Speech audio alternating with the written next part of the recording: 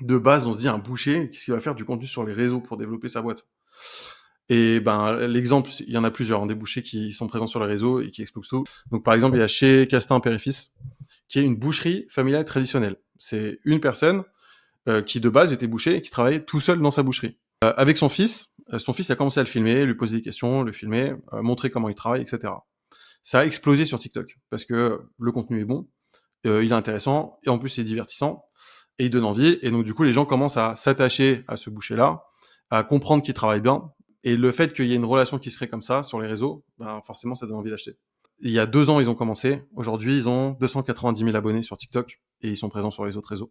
Il est passé en 2 ans de une personne toute seule dans sa boucherie à 6 salariés en 2 ans.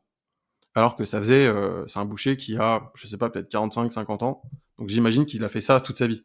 Mais en fait, le moment où il a vraiment explosé, c'est le moment où justement il a commencé à faire des réseaux. Et notamment aujourd'hui, moi, ce que je trouve fou, c'est qu'il vend de la viande dans toute la France. Donc c'est quand même fou de se dire qu'il y a des bouchers partout, mais il y a quand même des personnes qui préfèrent acheter à ce boucher-là parce qu'il a créé une relation, encore une fois, avec son audience. Et du coup, il fait de la livraison de viande partout en France. Donc c'est quand même de la folie. Et ça m'étonnerait pas dans les prochaines années que cette personne-là développe d'autres boucheries un peu partout en France parce qu'il est vraiment en train de développer une marque à travers tout ce contenu-là.